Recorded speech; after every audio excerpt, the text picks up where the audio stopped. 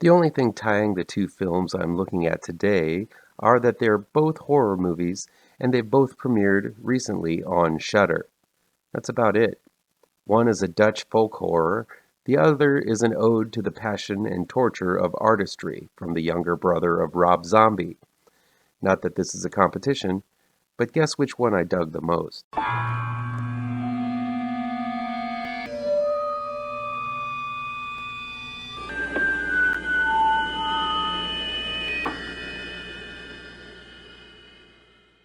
Welcome back to ML Miller Frights. I'm ML Miller. Before we begin, please do me a favor and punch that like button down below. Share this video with all of your social media addicted pals. Click subscribe to this channel and ring that bell for notifications. I'll be at C2E2, the Chicago Comics and Entertainment Expo at the McCormick Place just south of downtown Chicago this year. I'm setting up shop in Artists Alley at table W5. So if you're in the Chicago area and want to check out some cool horror comics, swing by my table where I am premiering a new comic compilation of some horror short stories, young and old. It's called Scaries, and it'll be available only at C2E2 this year. Come by the booth, check out my comics, and let's chat about horror. I hope to see you there. MOLOCH is new, streaming on Shudder. It's directed by Nico Brink and written by Daan, Bakker and Nico Brink. Brink survived a horrific experience as a child. Skip ahead 30 years, and Beatrix is a single mom, played by Sally Harmson, who is looked at as sort of an outcast in her small Dutch village. Her daughter, Hannah, and her live with Beatrix's parents in a simple home. When a local homeless man is sought after by the police because he is digging holes in the nearby swamp, he unearths a mummified body of a woman.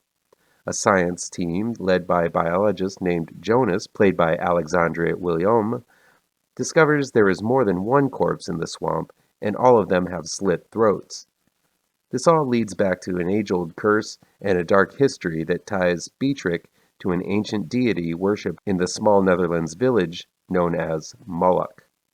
Yes, that's one hell of a synopsis, but MOLOCH is a film that needs a lot of details to really get into it. Director Nico Brink lets the plot unfold slowly. We learn about Beatrix and then how her family copes with their day-to-day struggles in a village that sort of ostracizes them because the land they have lived on for centuries is thought to be cursed. Beatrix has lots of struggles being a single mom, but also worries about her parents as they're showing a lot of fatigue and medical issues. A lot of drama is unloaded before much of the supernatural occurs, and I imagine, paired with the Dutch dialogue, many people will nope out of this film before it really gets good. I must admit, while this is a film I paid attention to, my patience almost reached its limit by the time the swamp spirits start showing up. Once things do get going with MOLOCH, the scares are potent. I like the subtle way Brink doles out the chills with only hints of monstrosities occurring in mirrors and on the edge of Beatrix's dreams. Just as Jonas uncovers the mystery of MOLOCH, shit gets terrifying really fast, culminating into a nightmare-fueled powerhouse of an ending filled with shocks that are extremely tough to take. While it does serve the plot, one thing that kind of annoyed me about MOLOCH was how absolutely spineless the lead researcher Jonas was. Actor Alexandra William has a wonderful David Warner-esque style to him, but man is his character as passive as they come. I understand you want to build your female character as a strong and empowered woman, but that doesn't mean you have to knock the knees out from under the lead actor in order to elevate her. Jonas can't hold his liquor. While he pursues a relationship with Beatrix, Jonas definitely is overwhelmed by the freewheeling and more pushy single mom. There's even a scene during the climax where he is symbolically castrated as Jonas rushes to save Beatrix when he steps on a bear trap in the swamp near their home. By the time the ending comes around, he is emasculated into a babbling pool of slobber. It's just unfortunate for the actor to have to play such a spineless and weakly written role. That aside, MOLOCH has an extremely chilling ending. The journey to that ending does take a very long time that teeters on being boring occasionally, but there are lots of frights if you hang in there until the very end. Next up is Allegoria. It's new, streaming on Shudder. It's directed and written by Spider One. Upon hearing about the premise of Allegoria, I was intrigued. Then I heard it was from Rob Zombie's younger brother, known as Spider-1, so of course I became wary. But as soon as the opening credits rolled, opening with an acting teacher played to dramatic perfection by Mr. Show's John Ennis, preparing for a big speech to his class, I found myself walking the tightrope of loving and groaning at Allegoria. Allegoria is basically about the pursuit to be an artist and what one will sacrifice to bring those artistic and chaotic thoughts to life in painting, writing, acting, and music. The thing is, in director Spider-1's opinion, art comes from a very, very dark place, and he shows it through a series of short skits that make up the movie.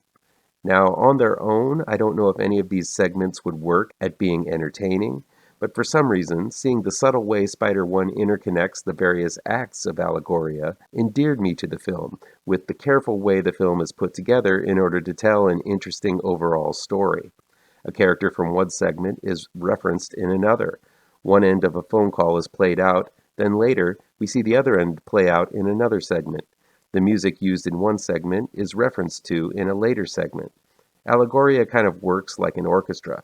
The sound of only the cymbals and brass section don't really make a great overall song by themselves, but add some strings, a piano, some timpani, and some woodwinds, and now you've got something powerful. If anything, Spider-1 proved himself to conduct these segments to sing wonderfully together. Now, Allegoria is filled with pretentious dialogue segments. It's funny how younger practitioners in any profession, not really having experience of their own to go on, often resort to spewing out academic principles and textbook jargon in order to seem smart. That's what the pretentious artists do in Allegoria, and that's what Spider-1 does as a fledgling writer-director. The film is obviously inspired by Tarantino, but lacks the punch and thunder of a Tarantino script.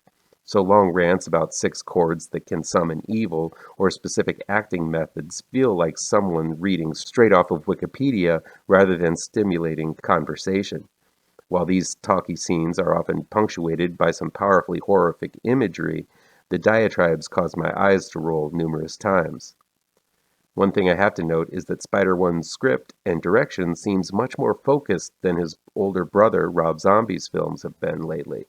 Even Zombie's most acclaimed films like Lords of Salem, The Devil's Rejects, and The House of a Thousand Corpses sort of devolve into a trippy, sloppy narrative mess by the last act. Spider-1 also doesn't have Rob Zombie's fascination with dusting off old horror icons, relying on a relatively young yet talented group of people to star in his movie. While this is Spider-1's first film, I'm much more interested in seeing what he has next up his sleeve than watching the next zombie disappointment. While not perfect, Allegoria consists of some wonderful performances by its cast. The aforementioned John Ennis shows power that I didn't know the actor had. Scout Taylor Compton offers up a charismatic performance, probably one of the best she's done in years. Willow Creek star and Expedition Bigfoot host Bryce Johnson is great as a pretentious painter.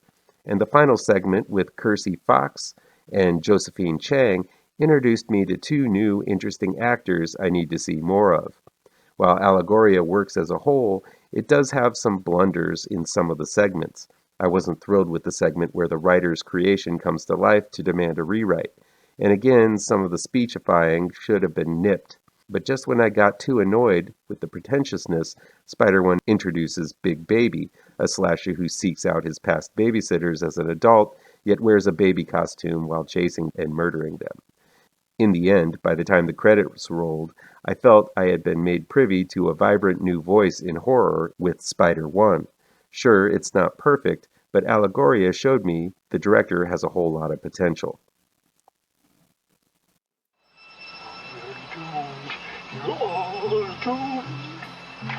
You're doomed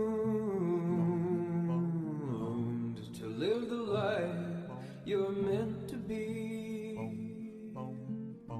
stuck inside your reality. You're